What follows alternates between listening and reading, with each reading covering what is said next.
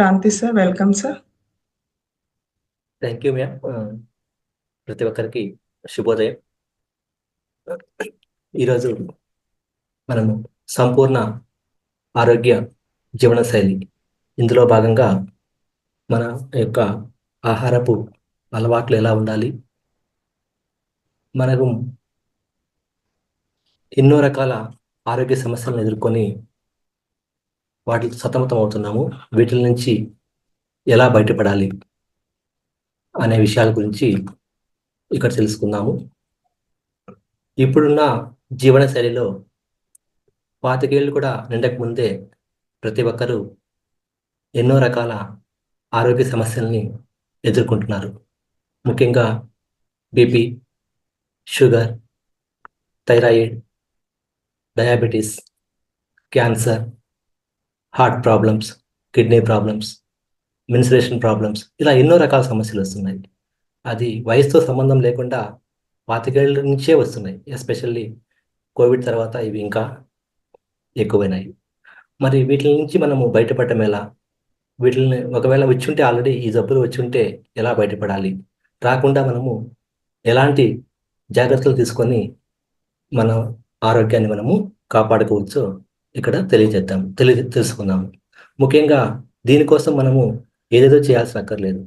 మనకి ప్రకృతి ప్రసాదించిన కొన్ని వనరుల నుంచే మనము మన ఆరోగ్యాన్ని కాపాడుకోవచ్చు.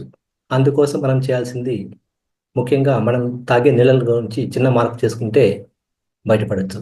రెండవది మన యొక్క ఆహారపు అలవాట్లు, మనం తినే ఆహారంలో కొన్ని మార్పులు చేసుకున్నట్లయితే బయటపడవచ్చు. మూడవది పళ్ళు తీసుకోవడం. సో ముఖ్యంగా నీళ్లు, మనం తినే ఆహారము, 3 పళ్ళు, వీటిని ఎలా తీసుకోవాలి, ఈ జబ్బుల నుంచి ఎలా బయటపడాలని గురించి ఇప్పుడు చూసుకుందాం. సో దీన్ని మనం మామూలుగా 15 రోజుల సారీ సార్, ఒక 1 minute. అందరూ పెన్ నోట్బుక్ దగ్గర పెట్టుకోండి. ఇంకా సుమ మేడం కూడా వారి సందేశాలు తెలియజేస్తుంది కాబట్టి నోట్ చేసుకోండి. మనకి అవసరం ఉంటాయి, మన పక్క వాళ్ళకు కూడా అవసరం ఉంటాయి కాబట్టి ప్రతి ఒక్కరూ నోట్ చేసుకోండి. ఓకే సార్, కంటిన్యూ చేయండి. Thank you ma'am. Thank you sir. దీన్ని మనము యాక్చువల్గా 15 రోజులు డైట్ ప్లాన్ అంటాము. మరి నిజంగా అయితే 15 రోజులు జబ్బు తగ్గుందా అంటే తగ్గకపోవచ్చు.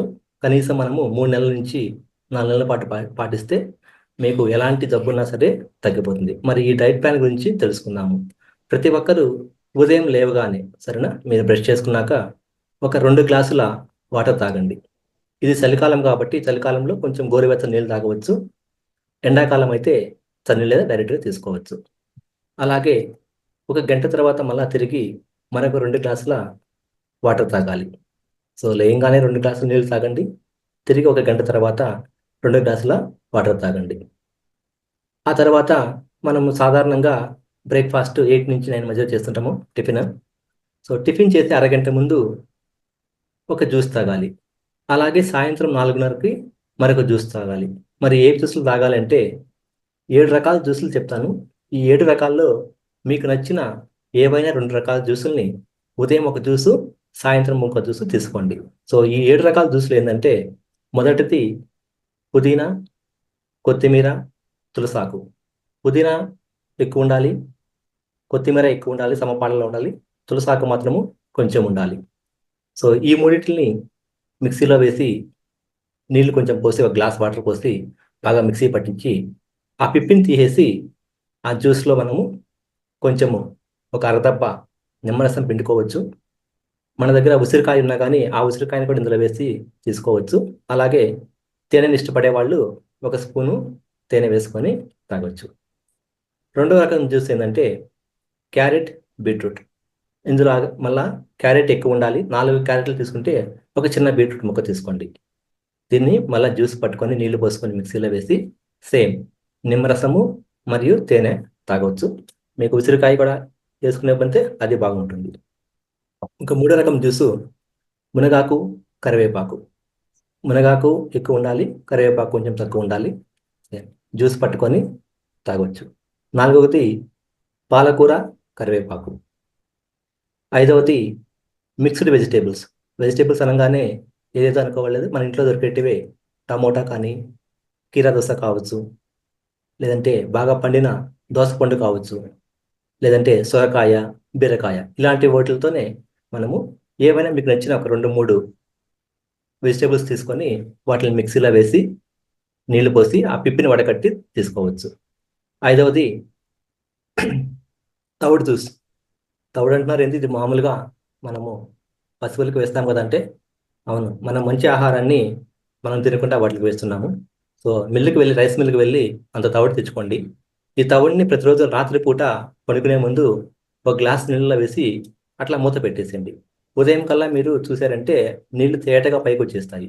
ఆ నీళ్ళని మాత్రమే వడకట్టుకొని ఆ నీళ్ళలో ఈ యొక్క నిమ్మరసము మరియు తేనె వేసుకొని తాగవచ్చు. ఏడవ రోజు చూస్తుంది ఏంటంటే 7 నుంచి 8 రోజులు పెరిగిన గోధుమ గడ్డి. ఈ గోధుమ గడ్డి జ్యూస్ని తాగవచ్చు. ఇలాగా ఈ 7 రకాల జ్యూస్లో మీకు నచ్చిన జ్యూస్ని 2 ఎంచుకోండి. ఉదయం ఒక జ్యూస్ తాగండి, సాయంత్రం ఒక జ్యూస్ తాగండి. ఒక చిన్న కాషన్ ఏంటంటే షుగర్ పేషెంట్లు మాత్రము క్యారెట్ బీట్రూట్స్ తాగొద్దండి. దానివల్ల కొంచెం షుగర్ ఇంకా ఎక్కువ అయ్యే అవకాశాలు ఉన్నాయి. షుగర్ పేషెంట్లు మాత్రము దీన్ని అవాయిడ్ చేయండి. మరొక జ్యూస్ ఏంటంటే ఎక్కువగా చాలా మంది కిడ్నీ సమస్యలతో బాధపడుతుంటారు. కిడ్నీలో రాళ్ళు ఉన్నాయండి. ఇలాంటి వాళ్ళకి ఈ కొండపిండి ఆకు జ్యూస్ ఉంటుంది. కొండపిండి ఆకు ఉంటుంది, అది ఉదయం తీసుకోండి. సాయంత్రం పూట రణపాలాకు జ్యూస్ తాగండి. సో ఈ జ్యూస్ల వల్ల ఎంతో అద్భుతమైన ప్రయోజనం ఉంటుంది. మళ్ళాగా ఇప్పుడు తిరిగి మన డైట్లోకి వద్దాము. సో మార్నింగ్ 8:30 అప్పుడు, అంటే బ్రేక్ఫాస్ట్ కన్నా ఒక అరగంట ముందు ఈ జ్యూస్ తాగుతాము. సాయంత్రం కూడా ఈ జ్యూస్ని తీసుకుంటాము. మళ్ళా బ్రేక్ఫాస్ట్ ఏం చేయాలి? బ్రేక్ఫాస్ట్ అంటే మనం సాధారణంగా మన ఇంట్లో చేసేదే తిందాము. మరి ఎలా తినాలి? సో బ్రేక్ఫాస్ట్లో మనం ఇడ్లీ తీసుకుంటవచ్చు, దోశ తీసుకోవచ్చు, ఉప్మా తీసుకోవచ్చు. అంతేగాని బాగా నూనెలో వేయించిన ఈ పూరీలు లేదంటే గారెలు ఇవి అవాయిడ్ చేసేదానికి ప్రయత్నించండి. మరి ఇడ్లీలు ఎలా తినాలి? మనం ఎక్కువగా చూసామంటే ఇడ్లీ చాలా తెల్లగా ఉంటుందండి. అలా ఉండకూడదు ఇడ్లీ అంటే. మనం ఇడ్లీకి వాడే మినపప్పు కానీ, దోశకి వాడే మినపప్పు కానీ పొట్టు తీసిన మినపప్పు కాకుండా పొట్టు ఉన్న మినపప్పు తెచ్చుకోండి. పొట్టు ఉన్న మినపప్పుని దాన్నే నానబెట్టినప్పుడు ఆటోమేటిక్గా పొట్టు వెళ్ళిపోతుంది. కానీ అట్లీస్ట్ 50% ఉన్న పొట్టు ఉండేదానికి ట్రై చేసుకోండి. అదే పొట్టుని మీరు ఇడ్లీ తయారు చేసేదానికి, దోశకి కానీ వేసుకోండి. మరి ఇంకొకటి ఏంటంటే మనము ఇడ్లీ చేసేటప్పుడు ఇడ్లీ రవ్వ అని చెప్పి సపరేట్గా కొనుక్కొచ్చుకుంటాము. ఇడ్లీ రవ్వ అనేది అది ప్రాసెస్ చేసిన పదార్థము. దాన్ని ఎలాంటి పరిస్థితుల్లో కూడా మనము తినకూడదు. దాని బదులు మన ఇంట్లో ఉన్న సిరిధాన్యాలు, సే ఫర్ ఎగ్జాంపుల్ ఇవి రాగులు కావచ్చు, రాగులు తీసుకోండి, కొన్ని మిక్సీలో బరకగా వేయండి, సరేనా? రాగి రవ్వ వస్తుంది. అలాగే జొన్నలు తీసుకోండి, జొన్న రవ్వ వాడుకోండి. లేదా సజ్జ రవ్వ, కొర్ర రవ్వ. ఇలాగా ఒక్కొక్క రోజు ఒక ఇడ్లీ అనమాట. అంటే నేను ఇడ్లీ ఎగ్జాంపుల్ చెప్తున్నాను, ఇది దోశలాగానే వాడుకోవచ్చు అనమాట. సో వీటి ద్వారా మనము ఆ యొక్క రవ్వని అనేది ఇంట్లో తయారు చేసుకోండి, బయట నుంచి తెచ్చిన ప్రాసెస్డ్ రవ్వ కాకుండా. సో అలాగే ఈ ఇడ్లీలు చేసేటప్పుడు ఈ ఇడ్లీలో కూడా మనము కొంచెము కొత్తిమీర తురుము, పాలకూర తురుము ఇవి వేసి కలిపామంటే ఆటోమేటిక్గా ఈ యొక్క పోషకాలు కూడా మనకి అందుతాయి అన్నమాట. ఇక్కడ మరొక విషయం ఏంటంటే జ్యూసులు చేసేటప్పుడు నేను ఇందాక చెప్పాను కదా, ఇవి ఇంట్లో పండించుకుంటే చాలా మంచిది. ఒకవేళ మనము మార్కెట్ నుంచి కొనుక్కున్నప్పుడు వాటిల్లో పురుగు మందులు ఎక్కువ కొట్టే అవకాశం ఉంది. వాటిని డైరెక్ట్గా వాడకుండా ఇప్పుడు పుదీనా, కొత్తిమీర తెచ్చుకున్నప్పుడు ఒక 10 నిమిషాల పాటు ఉప్పు నీళ్ళలో నానబెట్టండి. ఉప్పు నీళ్ళు నానబెట్టి తర్వాత మీరు జ్యూస్ చేసుకోండి. అలాగే ఏ ఆకుకూరైనా సరే డైరెక్ట్గా మీరు వాడకుండా దాన్ని కొద్దిసేపు ఉప్పు నీళ్ళు నానబెట్టి తర్వాత మీరు వాడుకోండి. ఇలాగా టిఫిన్ తిన్నాక అప్పటి నుంచి మధ్యాహ్నం భోజనం సమయం దాకా ప్రతి గంటకి ఒక గ్లాస్ నీళ్ళు తాగండి. ప్రతి గంటకు ఒక గ్లాస్ నీళ్ళు తాగుతూ రండి. భోజనానికి అర్ధగంట ముందు 2 గ్లాసుల వాటర్ తాగండి. అర్ధగంట ముందు 2 గ్లాసుల వాటర్ తాగితే మనము భోజనం చేయగలుగుతామంటే చేయగలుగుతాము. ఎందుకంటే మనం తీసుకున్న వాటరు ఒక 10 మినిట్స్లో మన బాడీ హీట్కి సమానంగా బాయిల్ అవుతుంది. తర్వాత 10 మినిట్స్లో మన బాడీలోని చెడు బ్యాక్టీరియాని ఫిల్టర్ చేసి బయటికి పంపిస్తుంది. ఆఖరి 10 నిమిషాల్లో ఆ వాటర్ అంతా మన బ్లడ్లో కలిసిపోతుంది. కాబట్టి భోజనం చేసే సమయానికి ఎలాంటి పొట్టలో బరువేం ఉండదు, మన జీర్ణాశయం ఖాళీగానే ఉంటుంది. అది కాక ఇలా చేయడం వల్ల మనం తిన్న ఆహారము అరిగేదానికి కావలసిన వివిధ రకాల డైజెస్టెడ్ జ్యూస్ అనేవి మన బాడీలో ఉత్పత్తి అయ్యి మనం తిన్న ఆహారము సులువుగా జీర్ణం అవుతుంది. సో మరొక ముఖ్యమైన విషయము, ఈ భోజనం ఎలా చేయాలి? మనం తెలుసో తెలియకో మన యొక్క పద్ధతుల ప్రకారము మనం అన్నం ఎక్కువ పెట్టుకుంటాము, కూర మాత్రం చిన్న గిన్నెతో వేసుకుంటాము. అది చాలా చాలా తప్పండి. సో మనం ఎంత అన్నం పెట్టుకుంటే, నేను ఎగ్జాంపుల్ 200 గ్రామ్స్ రైస్ తింటానంటే 200 గ్రామ్స్లో 100 గ్రామ్స్ రైస్ ఉండాలి, 100 గ్రామ్స్ కర్రీ ఉండాలి. అలాగనమాట. మీరు ఎంత తింటారో దాంట్లో సగము అన్నం ఉండాలి, సగం కూర ఉండాలి. మరి ఇప్పుడు మనం చేసుకుంటున్న కూరల్లో ఎక్కువగా ఆయిల్ వేస్తున్నాము, అలాగే ఉప్పు వేసేస్తున్నాము, కారాలు ఎక్కువ వేస్తున్నాము. మరి ఇవన్నీ వేసి తిన్నామంటే మన జబ్బు తగ్గదు కదా, ఆ జబ్బు అనేది ఎక్కువ అయిపోతుంది అనమాట. మరి ఎలా చేయాలి? సో ఇప్పుడు మీరు వేసుకుంటున్న కూరల్లో వేసుకుంటున్న ఆయిల్, ఉప్పు, కారము సగానికి సగం పైగా తగ్గించండి. మరి ఇవి తగ్గిస్తే మనం అన్నం తినగలుగుతామా, మాకు నోటికి రుచి ఉండదంటే అందుకోసం కూడా మనం కొన్ని చిన్న చిట్కాలు పాటించవచ్చు. సో కొన్ని రకాల పొడులు మీరు ఇంట్లో ఎప్పుడూ పెట్టుకో ఉండాలి. అందులో మొదటిది నువ్వులు. సాధారణంగా మనం నువ్వులు అసలు తినడానికే ప్రయత్నించాము. ఆ నువ్వులు తీసుకెళ్ళి ఏదో దేవుడికి పెట్టేస్తాం అనమాట, ఆయనకి దేనికి ఇచ్చేస్తాం అనమాట, లేదంటే దానం చేస్తాం. అలా చేయకుండా ఆ నువ్వుల్ని మీరు దోరగా వేయించుకొని నువ్వులు పొడి పెట్టుకొని ఒక డబ్బాలో పెట్టుకోండి. ఈ కూర చేసేటప్పుడు అందులో ఒక 2 స్పూన్లు నువ్వులు పొడి వేయండి. అలాగే మినప్పప్పు, అగైన్ పొట్టు ఉన్న మినప్పప్పు అండి. పొట్టు ఉన్న మినప్పప్పుని జోరుగా వేయించుకొని దాన్ని కూడా ఒక 2 స్పూన్లు. అలాగే సాయి పప్పు, అది తెల్ల పప్పు ఉంటుంది కదండి, తెల్ల చట్నీ పప్పు, అది కూడా పొడి చేసుకొని అది ఒక 2 స్పూన్లు. అలాగే కొబ్బరి తురుము, కూర చేసేకి దించేటప్పుడు కొబ్బరి తురుము వేసుకొని కూడా చేసుకోవచ్చు.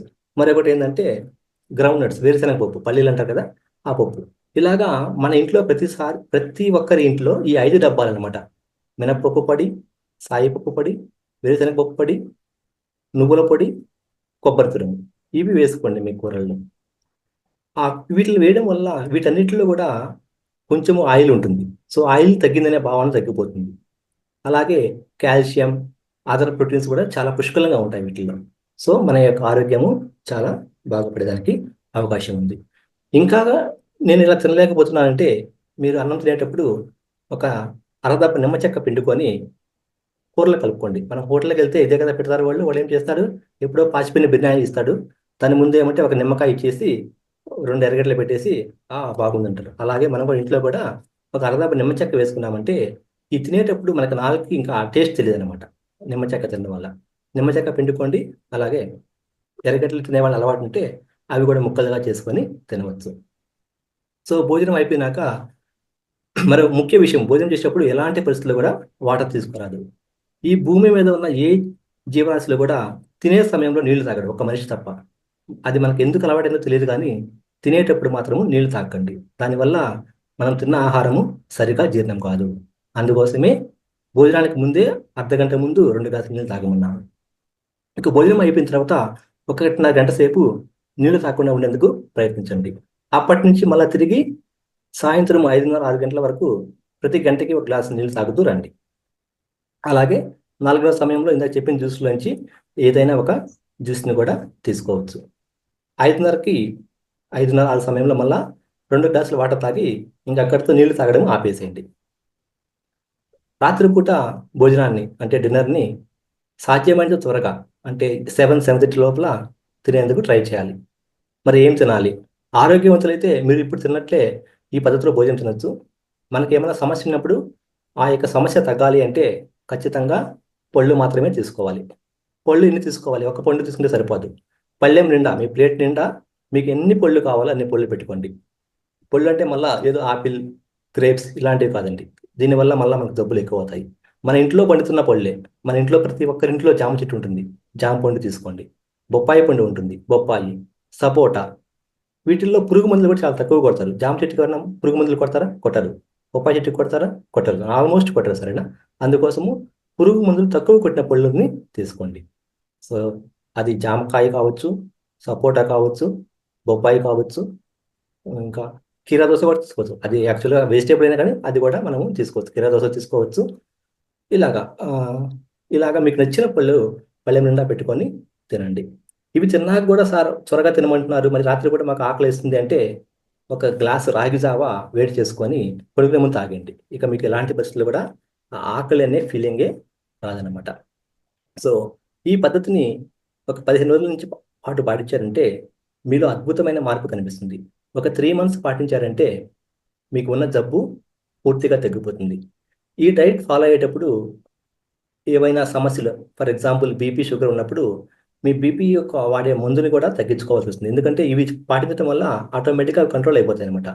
మీ డాక్టర్ని సంప్రదించి ఆ బీపీకి వాడే మందుని సపోజ్ మీరు 10 mg వాడుతుంటే 5 mg, 20 mg వాడుతుంటే 10 mg అలా తగ్గించుకోవచ్చు. ఇది చేసేటప్పుడు మాత్రం మీ యొక్క డాక్టర్ గారి సలహాని తీసుకోండి. 3 months ఈ ప్లాన్ పాటించినట్లయితే ప్రతి ఒక్క సమస్య నుంచి బయటపడవచ్చు. మీరు మళ్ళీ ఇంకా డాక్టర్ దగ్గరికి వెళ్ళాల్సిన అవసరమే ఉండదండి. సో మరి ఇంతవరకు మనం ఎలా తినాలని చెప్పాము. తినకూడని పదార్థాలు కూడా కొన్ని ఉన్నాయి. మన ఇంటి గుమ్మం కూడా తొక్కకూడదండి కొన్ని పదార్థాలు. అవి మన ఇంటి గుమ్మంలో ఒక తొక్కకూడదు. మరి అవి ఏమిటి? ఒకటి, పాల ప్యాకెట్. ఇప్పుడున్న పాలు ఎలా తయారు చేస్తారో మీకు అందరికీ తెలిసింది. 99% ఆఫ్ ద మిల్క్ అనేది ఈ ప్యాకెట్ మిల్క్లో యూరియా కానీ, సబ్బు పౌడర్ కానీ ఇవే వేసి ఉంటాయి. ఇవి న్యూస్లో కూడా వచ్చి ఉంటాయి, ప్రతి ఒక్కరికి తెలిసింది. పాల ప్యాకెట్ని దయచేసి ఇంట్లో కూడా తీసుకురావద్దు. అవి తీసుకొని మీరు తాగితే మనం విషం తీసుకున్నట్టే డైరెక్ట్గా. పాల ప్యాకెట్ని కంప్లీట్గా అవాయిడ్ చేయండి. రెండవది, అయోడైజ్డ్ సాల్ట్. మన పక్క సౌత్ ఇండియాలో మనకి అయోడిన్ అనేది వెజిటేబుల్స్లో కానీ, ఫ్రూట్స్లో కానీ ఆటోమేటిక్గా వస్తుంది. అంతేకాని తిరిగి మనము ఈ అయోడిన్ సాల్ట్ అని చెప్పి ప్రత్యేకంగా వాడక్కర్లేదు. అందరూ ప్రతి ఒక్కరూ వీలైనంతలో సముద్రపు ఉప్పు లేదా ఈ పింక్ సాల్ట్ అనేది ఉంటుందా, వాటిని మాత్రమే ఉపయోగించండి.